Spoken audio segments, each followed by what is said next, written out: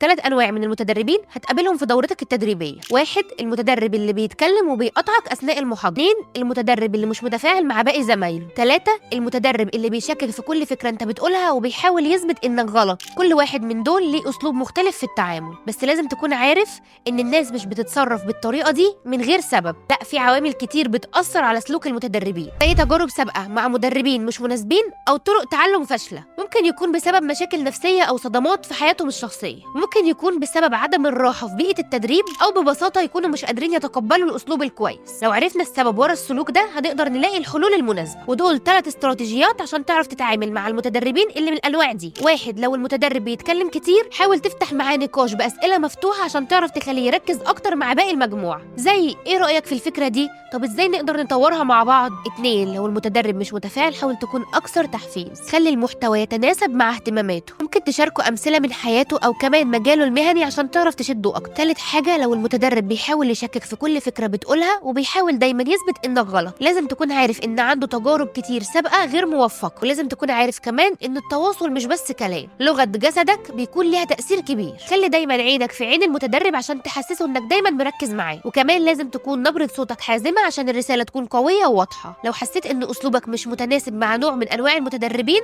غيره، جرب أساليب مختلفة زي العصف الذهني أو التمارين الجماعية، وجرب كمان تقسم الدورة لفقرات تفاعلية، ده بيخلي الجو كمان أكتر مرونة وبيشجع المتدربين على التفاعل بشكل أكبر. ودلوقتي قولي، لو قابلت متدرب من الأنواع دي هتعرف تتعامل معاه ولا لأ؟ وعشان تستفيد أكتر وتطور نفسك في التدريب، اعمل لنا فولو.